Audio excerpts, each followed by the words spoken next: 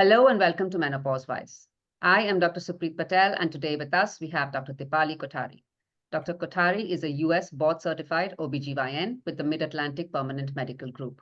She is a Certified Menopause Practitioner from the North American Menopause Society and a Fellow of the International Society of Women's Sexual Health. She is also an Associate Professor in Obstetrics and Gynecology at the Penn State University with an office practice located in Burke, Virginia. And today we will be specifically addressing the most common and perhaps the most troublesome symptom of menopause, hot flashes, or as some may choose to call it, hot flushes. So welcome, Dr. Kothari, and thank you for joining us today. Thank you so much, Dr. Patel. I'm so excited to be here. And I love this podcast because it's so important that we can get some information out to all those millions of people who are suffering from many different things associated with perimenopause and menopause. So happy to be here. Thank you. Thank you. So let's get started with the very basic question of what does a hot flash really feel like? I've been asked very often by friends, family, and sometimes patients in the past that I feel really hot these days. Am I undergoing menopause?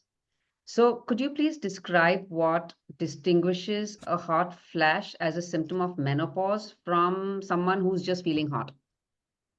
So what I tell people first is that hot flash is not like in the movies where you have sweat pouring down your face all the time, which is typically what people think. A lot of times it's your temperature fluctuations.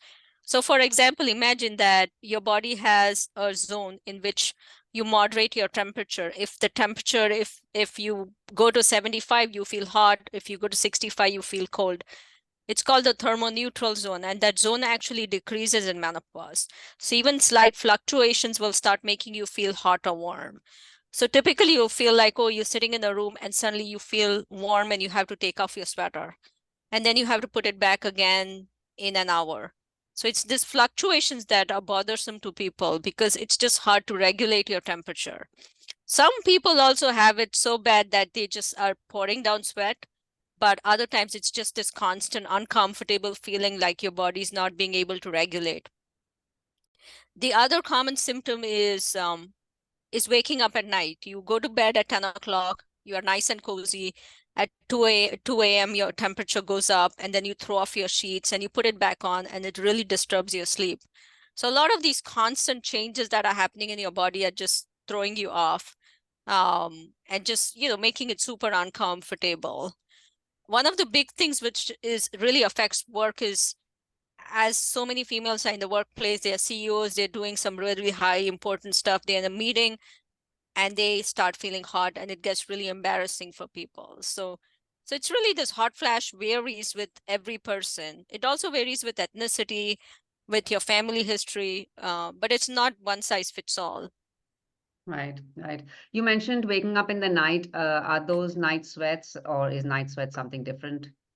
So those are night sweats. Night sweats can vary, again, from really severe where you're just soaking wet, or it can be this constant fluctuations where you wake up at 2 a.m. because you have to throw off the blankets, and then you put them on again because you're really cold. And so it really affects your sleep and affects your mood. So it's these, so those are night sweats, just not being able to regulate your temperature when you're sleeping. Got it.